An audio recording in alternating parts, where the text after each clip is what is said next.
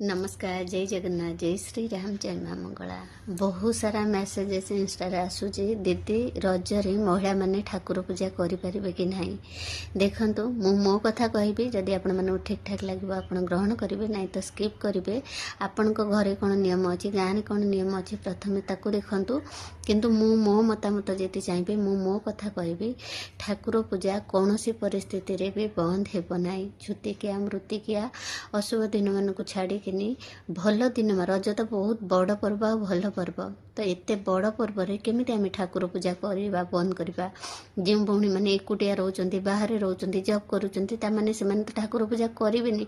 निजे नुआ कपड़ा पिंधि सजबाज होई बाहर बुलबे, किंतु घरे ठाकुर अपूजा रहिबे।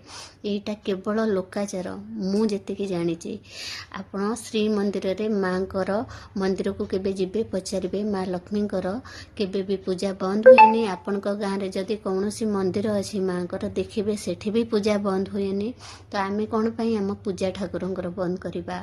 तो आपण मतामत देवे, आपण आपण हिसाब रे करेंगे, किंतु मु आज जाके केबे भी ठाकुर पूजा बंद करिनी कि आगो को भी करिनी। कहीं एते बड़ दिन भल दिन रे माँ को आमे जदि पूजा न करी निजे सजबाज होई बुलिबा, तार मतलब ही किछि रहिबनी।